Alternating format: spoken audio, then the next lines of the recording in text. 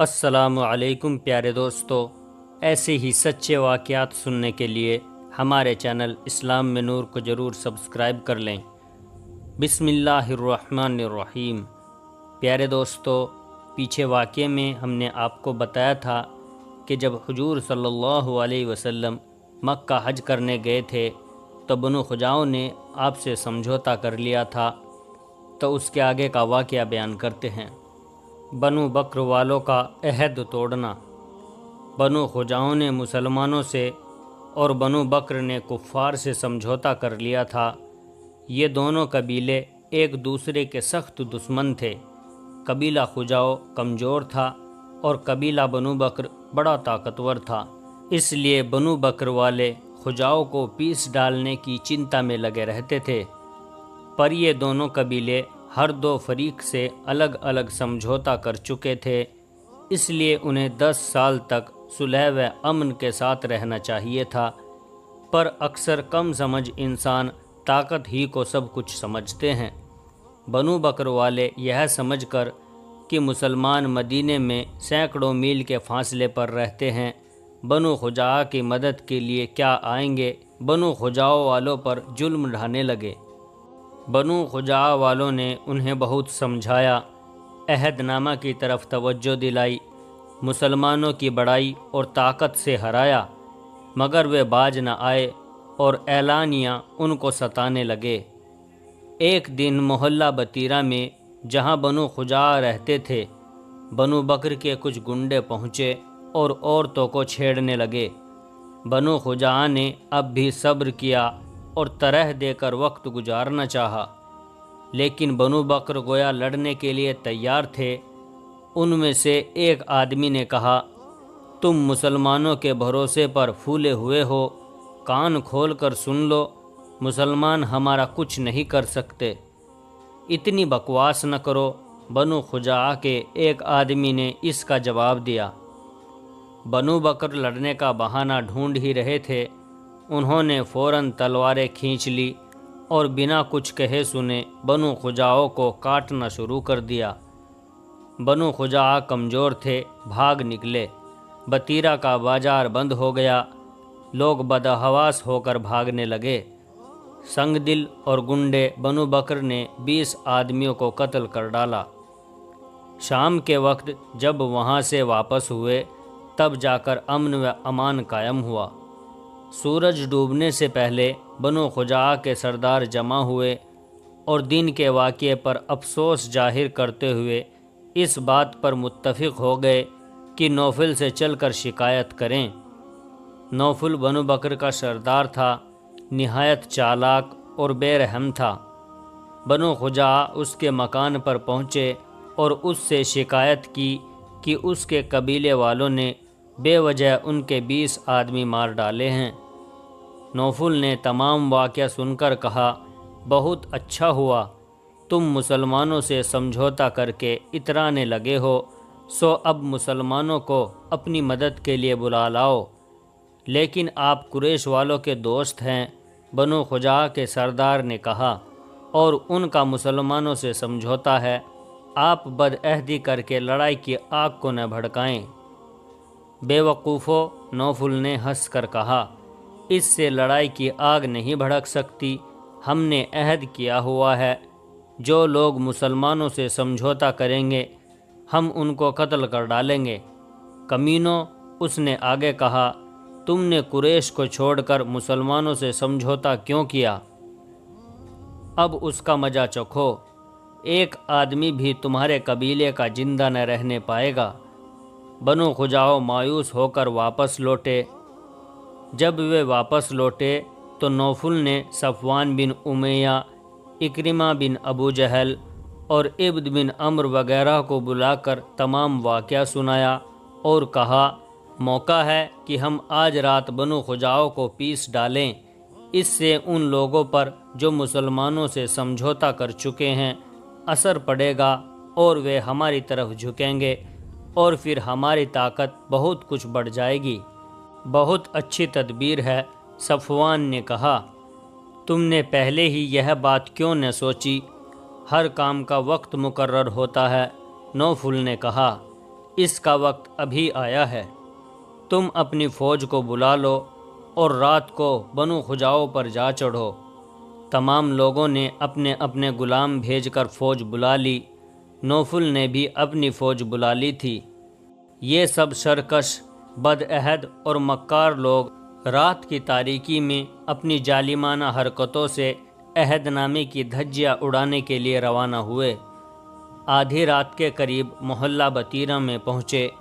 اندھیری رات تھی، ہر طرف اندھیرا چھایا ہوا تھا، ستارے آسمان پر بکھرے ہوئے چمک رہے تھے، کائنات کا جرہ جرہ خاموش تھا۔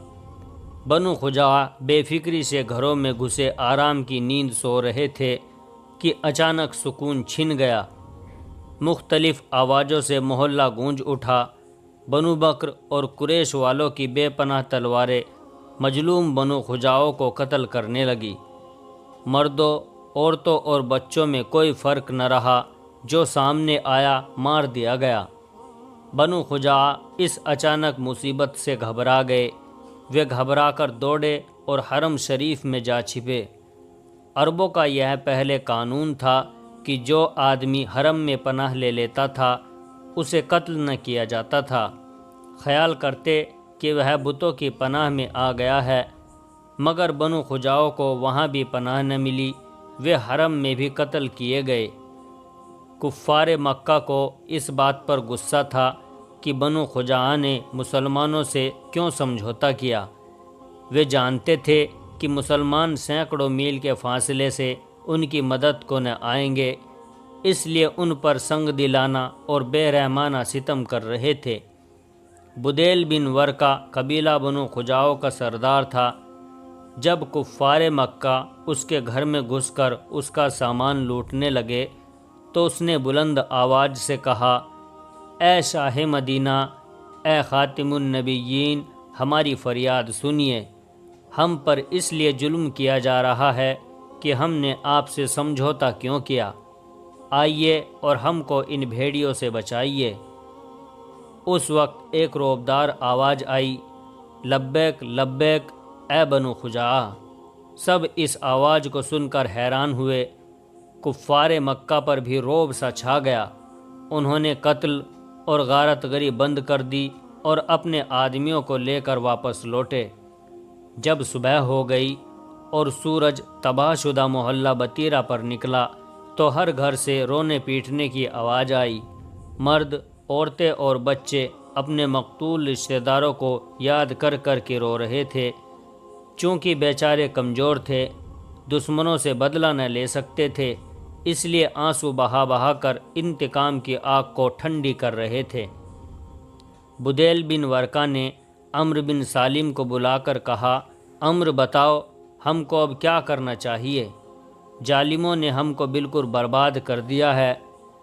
عمرو نے کہا، شاہ مدینہ کے حضور میں فریادی بنے اور کیا کر سکتے ہیں؟ یہی میرا ارادہ ہے۔ بدیل نے کہا، آؤ میں اور تم دونوں چلیں۔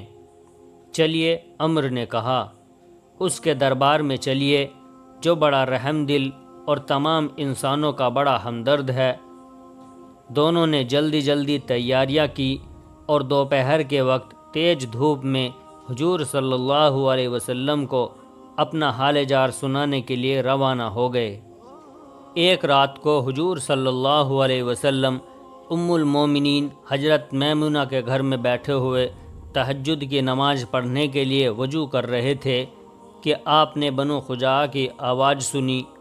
آپ نے بے ساختہ فرمایا، لبیک لبیک یا بنو خجاع۔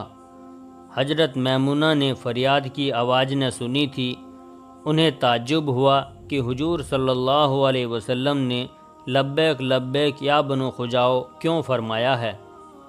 چنانچہ انہوں نے عرض کیا، اے اللہ کے رسول صلی اللہ علیہ وسلم، آپ نے یہ لبیک کس کی آواز پر کہا؟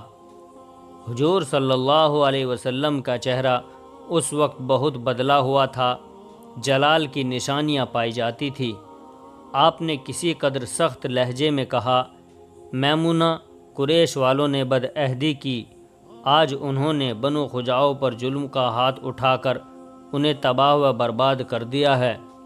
مجلوم بنو خزاعہ نے مجھ سے فریاد کی ہے اور میں نے ان کی فریاد پر لبیک کہا ہے۔ کیا حضور صلی اللہ علیہ وسلم قریش پر لشکر کشی کریں گے؟ حضرت میمونہ نے پوچھا۔ ہاں، حضور صلی اللہ علیہ وسلم نے فرمایا، میں عہد نامہ کی دھجیاں اڑانے والوں کی دھجیاں اڑا دوں گا۔ یہ کافر خود بھی آرام سے نہیں رہتے اور ہمیں اور ہمارے دوستوں کو بھی آرام سے نہیں رہنے دیتے۔ اس کے بعد حضور صلی اللہ علیہ وسلم نماز پڑھنے لگے۔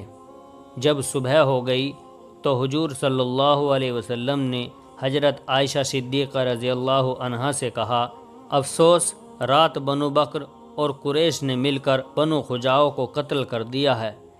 کیا حضور صلی اللہ علیہ وسلم کا گمان ہے کہ قریش بدعہدی کریں گے؟ حضرت عائشہ نے عرض کیا، ہاں، انہوں نے بدعہدی کی اور کمزور قبیلہ بنو خزاعہ کو کچل ڈالا۔ یہ بات تمام مدینے میں عام ہو گئی۔ مسلمانوں کو خیال ہو گیا کہ مکہ پر لشکر کشی کی جائے گی۔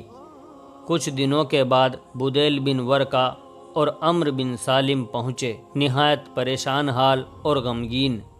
جس وقت یہ دونوں مسجد نبوی میں پہنچے تو اس وقت مسلمان عصر کی نماز پڑھ رہے تھے۔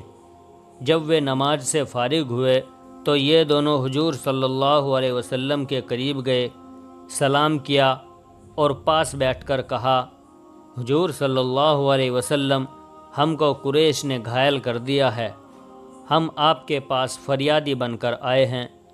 مجھے اللہ نے پہلے ہی اطلاع دے دی ہے۔ حضور صلی اللہ علیہ وسلم نے فرمایا، کیا تم نے فریادی کے بعد میری آواز مکہ میں نہ سنی تھی؟ حضور صلی اللہ علیہ وسلم، سنی تھی۔ بدیل نے کہا، بدبخت قریش اور گھمنڈی بنو بکر نے ہم کو کچل ڈالا کہ ہم نے آپ سے کیوں صلح کی؟ عمرو بن سالم نے کہا، اے فریاد سننے والے، اے شاہ مدینہ، ہماری فریاد سنیے، ہم برباد کر دیے گئے ہیں۔ پھر اس نے عربی شعر پڑھے جس کا ترجمہ اس طرح ہے، قریش نے آپ کے ساتھ وعدہ خلافی کی اور انہوں نے اس مضبوط سمجھوتے کو جو آپ سے کیا تھا توڑ ڈالا اور ہمیں سوکھی گھاس کی طرح کچل ڈالا ہے۔ وہ سمجھتے ہیں کہ ہماری مدد کے لیے کوئی نہ آئے گا، وہ اور فلاں ہے، تھوڑی تعداد میں ہیں اور انہوں نے ہمارے محلہ بطیرہ میں ہمیں سوتے میں حملہ کیا۔ ان شعروں کو سن کر تمام مسلمانوں پر رنج و افسوس کا گہرا اثر پڑا۔ حضور صلی اللہ علیہ وسلم بہت زیادہ متاثر ہوئے۔ آپ نے فرمایا، اے مجلوم بنو خزاعہ، اطمینان رکھو، تمہارا بدلہ لیا جائے گا۔ ابو سفیان عہد کو نیا کرنے کے لیے مکے سے روانہ ہو چکا ہے، مگر وہ ناکام واپس جائے گا۔ اسلام امن و صلح کا پیغام لے کر آیا ہے۔ مسلمان بے قصوں اور مظلوموں کے حامی ہیں۔ دنیا سے ظلم و ستم کی لعنت دور کی جائے گی۔ ظالموں اور سرکشوں کو تلوار کے زور سے سیدھا کیا جائے گا۔ تم ٹھہرو اور اس وقت کا انتظار کرو جب کہ خدا کا حکم نازل ہو اور اسلامی فوج مکہ کو جیتنے کے لیے روانہ ہو۔ بدیل اور عمرو دونوں اس تسلی سے خوش ہو گئے۔ دن گزرتے گئے اور دونوں سردار مسلمانوں کے مہمان رہ کر ان کے رہن سہن اور کھان پان کو کھلی آنکھوں سے دیکھتے رہے۔ انہوں نے دیکھا مسلمانوں میں سادگی ہے، انتہائی سادگی۔ ان میں نہ فضول خرچی ہے، نہ کسی قسم کا کوئی گھمنڈ۔ نہایت سادہ کپڑا پہنتے ہیں، نہایت سادہ کھانا کھاتے ہیں اور نہایت سادہ طریقے پر رہتے ہیں۔ ہر مسلمان اچھے اخلاق اور اچھے کردار کا مالک ہے۔ ان میں آپس میں اتنی محبت اور بھائی چارہ ہے کہ اگر ایک مسلمان کو بھی ذرا سی بھی تکلیف پہنچتی ہے تو سارے مسلمان بے قرار ہو جاتے، اس کی دیکھ بھال کرنے لگتے ہیں، اور ہر آدمی بیمار کا کام بڑے فخر اور بڑی دلچسپی سے کرتا ہے۔ ان کے بچے آپس میں بڑے پیار و محبت سے رہتے تھے۔ عورتوں میں اتنا میل جول تھا کہ سگی بہنیں معلوم ہوتی تھی۔ وہ عیش و عشرت سے کوسوں دور دور رہنا چاہتے تھے، اس لیے انہیں کوئی پریشانی یا کوئی فکر نہ تھا۔ حضور صلی اللہ علیہ وسلم کا تمام مسلمان اتنا احترام کرتے تھے کہ کوئی قوم کسی بادشاہ کا بھی اتنا نہ کرتی ہو۔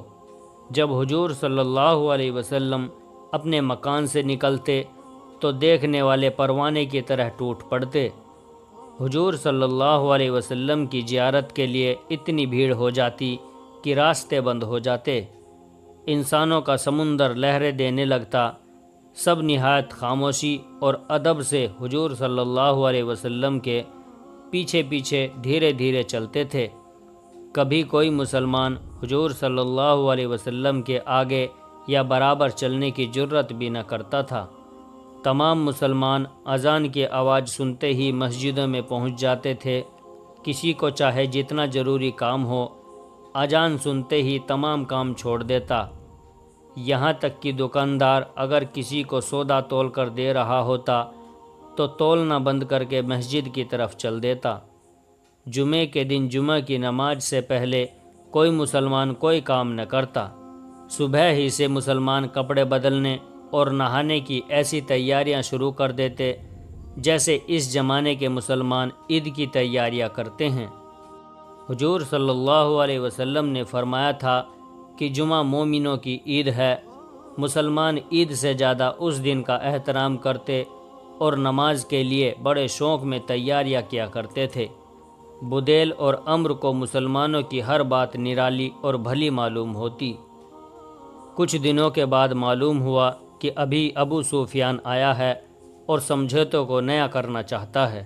پیارے دوستو، اس کے آگے کا واقعہ ہم جلد ہی آپ کے سامنے پیش کریں گے، اور ویڈیو اگر اچھی لگی ہو تو ویڈیو کو لائک اور شیئر کیجئے، اور ہمارے چینل اسلام میں نور کو ضرور سبسکرائب کر لیں، اور جاتے جاتے ہمیں اپنا ایک پیارا سا کمنٹ ضرور کر دیں۔ السلام علیکم ورحمۃ اللہ وبرکاتہ۔